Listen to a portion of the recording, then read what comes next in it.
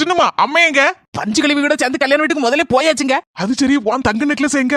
ஒரு மாதிரி fancy necklace போட்டிருக்க. அது வந்து நீ இழுக்கத பார்த்தா சரியில்லையே. என்ன நடந்து சொல்லு, எதனாலும் சொல்லு. நேத்து என்ன நடந்துச்சு தெரியுமா? நீங்க மட்டும் எப்படி இவ்வளவு ஸ்லிம்மா சூப்பரா இருக்கீங்க? என்ன எதுவும் காரியம் ஆகணுமா? நாளைக்கு ஒரு கல்யாண வீட்டுக்கு போக வேண்டியிருக்கு.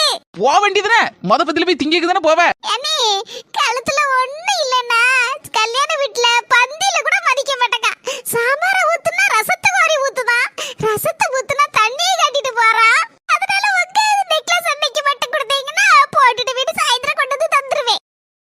எதனால அட்ஜஸ்ட் பண்ணி தானங்க போனோம், அதனால தாங்க நெக்லஸ கொடுத்தேன். சின்னம்மா உனக்கு வெள்ளந்தி மனசு. ஆனா என் தங்கச்சி கொண்டு போய் அப்படியே அட வைப்பா, அடுத்தால வித்து போடுவா. அப்படியேப்பட்ட ஆளாக்கும். அதனால என்கிட்ட கேட்காம எதையும் செய்யாத, சரியா? எதையும் அவசரப்பட்டு கொடுத்துக்கிட்டு பின்னால மனஸ்தாபம் வரதோட முதல்ல கொடுக்காம இருக்குது நல்லது.